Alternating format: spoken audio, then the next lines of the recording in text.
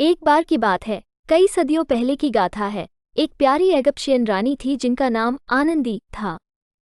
वो रानी सुंदरता, बुद्धिमता और साम्राज्य की सजीव मिसाल थी।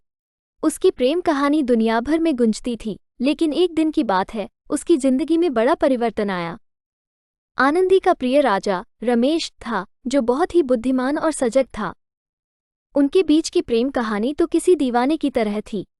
दोनों का आपसी प्यार और समर्पण देखकर उनके साम्राज्य के लोग भी हैरान थे। ये जोड़ी इजिप्शियन साम्राज्य की शांति और समृद्धि की नींव थी।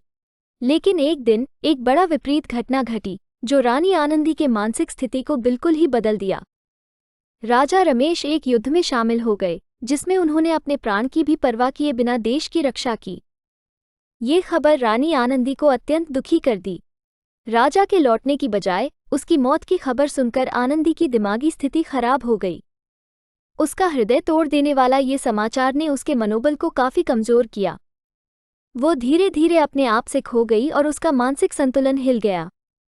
रानी आनंदी ने अपने आप को एक बांधक के रूप में महसूस करने लगी। उसके चेहरे पर हमेशा उसके मन की गहराइयों में दर्द और उदासी का स्पर्श था। उसकी हंसी और खुशियां गुम हो गई थीं, जैसे उन्हें एक अद्भुत सच्चाई से अलग कर दिया था। समय बीतते गए, लेकिन आनंदी की मानसिक स्थिति में कोई सुधार नहीं हुआ। उसके पास दिन रात केवल राजा रमेश की यादें ही थीं, जिन्हें वो खोखले हाथों से देखने का प्रयास करती थी।